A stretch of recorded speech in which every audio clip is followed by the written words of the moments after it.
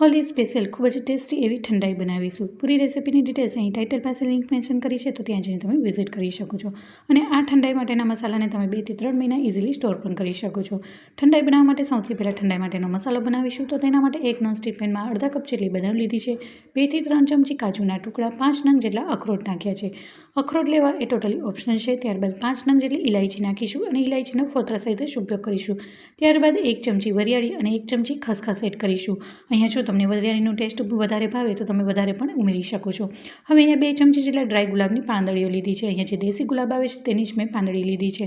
હવે બધી જ સામગ્રીઓને મીડિયમ ફ્લેમ પર એકદમ સારી રીતના ચમચાની મદદથી મિક્સ કરી અને સારી રીતના રોસ્ટ કરી લઈશું. આ ઠંડાઈ માટેના મસાલાને તમે કોચની એરટાઇટ બરણીમાં ફ્રીઝમાં 2 થી 3 મહિના સુધી સરળતાથી સ્ટોર કરી શકો છો. અને ગરમીમાં જ્યારે પણ ઠંડાઈ બનાવી હોય તો ફટાફટ બનીને તૈયાર થઈ જશે. હવે આપણે આ બધી સામગ્રી છે એ સારી રીતના રોસ્ટ થઈ ગઈ છે. હવે તેને ગેસની ફ્લેમને બંધ કરી અને એક પ્લેટમાં કાઢી લઈશું અને 5 થી 6 મિનિટ માટે બધી સામગ્રીઓને સારી રીતના ઠંડુ થવા દઈશું. હવે આ બધી સામગ્રીને રોસ્ટ કરવાથી આપણે જ્યારે આ બધી સામગ્રીઓને મિક્સર જારમાં ગ્રાઇન્ડ કરીશું તો મસ્ત એવો ફાઇન પાવડર બનીને તૈયાર થઈ જશે. હવે અહીંયા અડધો એવો નાનો એવો ટુકડો મેં છે એ જાયફળનો લીધો છે. જાયફળ નાખવાથી આ મસાલામાં ખૂબ જ સરસ એવો ટેસ્ટ આવે છે. હવે નાનું એવું મિક્સર જાર લીધું છે અને બધી સામગ્રીને તેમાં ઉમેરી દઈશું. ત્યારબાદ અહીંયા 1 કપ જેટલી ખાંડ લીધી છે. ખાંડની જગ્યાએ તમે સાકરનો પણ ઉપયોગ કરી શકો છો. ત્યારબાદ અહીંયા 2 ચમચી જેટલો મેં પિસ્તાનો પાવડર લીધો છે. અહીંયા જો તમારી પાસે આખા પિસ્તા હોય તો જ્યારે આપણે બધી સામગ્રી રોસ્ટ કરી હોય ત્યારે તમે પિસ્તા ઉમેરીને લઈ શકો છો.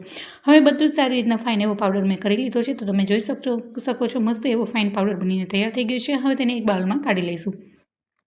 હવે તેને ગાર્નિશિંગ કરીશું ડ્રાય ગુલાબની પાંદડીઓથી. તો આ મસાલાને તમે કાચની એરટાઇટ બરણીમાં ફ્રીઝમાં સ્ટોર કરી 2 થી 3 મહિના સુધી આરામથી સ્ટોર પણ કરી શકો છો. હવે આપણે આ ઠંડાઈ માટેનો મસ્ત એવો મસાલો બની ગયો છે. હવે આપણે એ ઠંડાઈ બનાવીશું.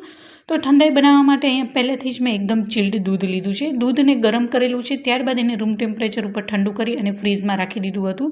અહીંયા જો તમારે દૂધ છે એ ઠંડુ ન હોય તો તમે આઈસના ટુકડા પણ લઈ શકો છો. હવે અહીંયા દૂધમાં 2 ચમચી જેટલો ઠંડાઈ માટેનો મસાલો ઉમેરીશું અને ચમચીથી સારી રીતના મિક્સ કરી લઈશું.